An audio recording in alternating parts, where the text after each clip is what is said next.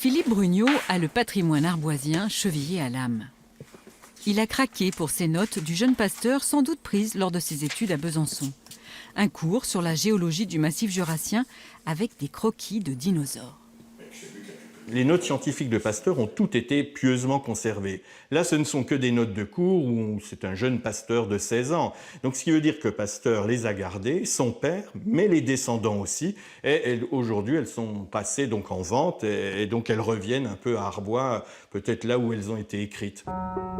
Avant d'être le célèbre Pasteur, le jeune Louis avait un autre centre d'intérêt. Pour nous le faire découvrir, le collectionneur nous emmène au musée d'art d'Arbois. Pasteur n'avait que 17 ans lorsqu'il a dessiné ces deux pastels.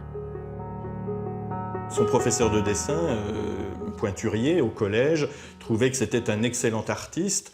Mais en fait, Pasteur était myope, donc il avait peut-être ce don d'observation encore plus poussé, très aiguisé. Et bien sûr, ses dessins sont quand même très académiques, ce sont des portraits. La maison Pasteur, elle aussi, conserve deux fusains du jeune jurassien.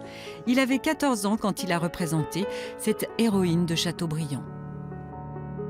Il faut dire que le père de Pasteur peignait déjà, donc il y a une habitude familiale, et puis il y a un besoin. La photographie naît, mais elle est très peu développée, les photographes sont rares. Du coup, dans une petite ville comme Arbois, quand on dispose d'un jeune homme qui a un peu de temps devant lui et qui a en même temps quelques dons artistiques, évidemment, il va être sollicité par les familles du coin. À 21 ans, Louis décide de ne plus dessiner pour se consacrer à ses études.